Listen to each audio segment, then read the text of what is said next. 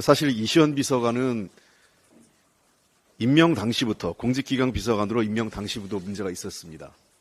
이분은 이 무고한 시민을 증거 조작을 통해 간첩으로 둔갑시켰던 서울시 공무원 간첩 조작 사건에 책임이 있는 사람이었습니다. 그래서 임명 당시에도 문제 제기를 했는데 이걸 무시하고 임명을 했는데 이번에 또다시 최상병 순직 사건과 관련해서 수사방해 외압의 중심에 나타난 것입니다. 이시원 비서관은 수사 이전이라도 이 누구의 지시를 받아 어떤 내용의 통화를 했는지 그리고 이후 누구에게 어떤 보고를 했는지 명확히 밝혀야 합니다. 이 사안은 공직기강 비서관이 공직기강을 무너뜨려서 국기를 물러나게 한 것으로 이것은 스스로 물러나거나 아니면 대통령이 먼저 선 파면 이후에 수사받도록 해야 됩니다.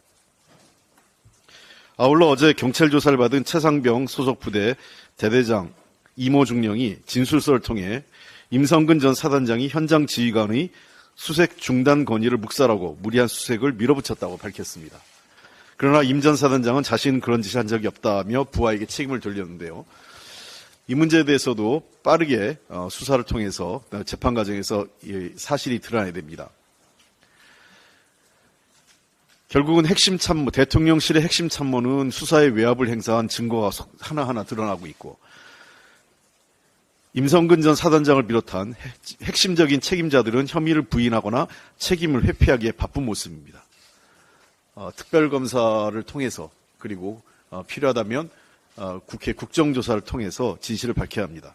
윤석열 대통령이 민심을 받드는 가장 책임 있는 자세는 총리나 비서실장을 바꾸는 게 아니라 오만과 독선으로 국정을 운영해온 자신이 바뀌어야 됩니다. 자신이 안 바뀌고 옆에 있는 참모나 그 관료들을 바꿔가지고 무슨 변화가 있겠습니까? 윤석열 대통령이 최상병 특검법을 지체 없이 받아들이는 것이 변화의 시작입니다.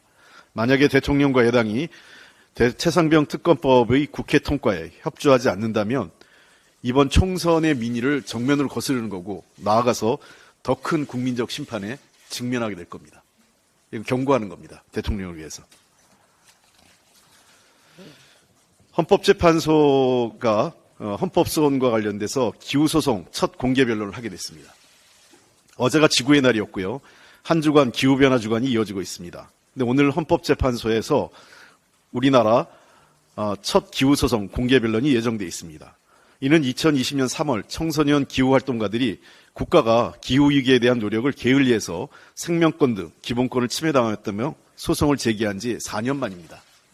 우리나라의 기후소송은 아시아에서도 최초입니다.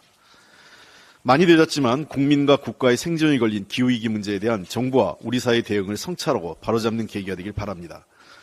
윤석열 정부가 출범 이후 기후위기 대응에 거꾸로 가고 있습니다. 국민의 안전과 생명 물론 한국 경제까지 위기에 처하게 될 것이라는 우려가 점점 높아지고 있는 상황입니다. 윤석열 정부는 2023년 3월 제1차 탄소중립 녹색성장 기본계획에서 산업 부문의 온실가스 감축 목표를 이전보다 낮췄습니다. 2023년 1월 10차 전력수급 기본계획에서는 2030년 재생에너지 발전량 목표를 낮추고 원전의 비중을 높였습니다. 우리나라는 2009년 이명박 정부에서 처음 온실가스 감축 목표를 수립했습니다. 당시 2020년까지 온실가스 배출량을 30% 줄이겠다고 했으나 이명박 박근혜 정부에서 온실가스 배출량이 오히려 증가했고요. 박근혜 정부는 2016년 목표 달성 연도를 2030년으로 변경해버렸습니다. 이를 민주당 정부가 2018년 배출량을 기준으로 2030년까지 40% 줄이는 목표를 확정했으나 다시 윤석열 정부에서 이 기조가 흔들리고 뒷걸음질 치고 있는 것입니다. 이미 유럽과 미국에서는 국가의 적극적인 기후위기 대응을 촉구하는 판결이 이어지고 있습니다. 기후소송이 시작된 네덜란드에서 정부가 온실가스 감축량을 늘려야 한다는 판결 이후 독일, 프랑스, 미국에서도 같은 판결이 계속되고 있습니다. 최근 유럽 인권재판소는 스위스 정부의 기후위기 대응 미흡 책임을 물어서 여성 노인에 대한 배상금 지급 판결을 하기도 했습니다. 우리는 미래 세대의 권리를 끌어다가 소진하면서 미래 세대에게 짐만 넘기고 있는 것입니다.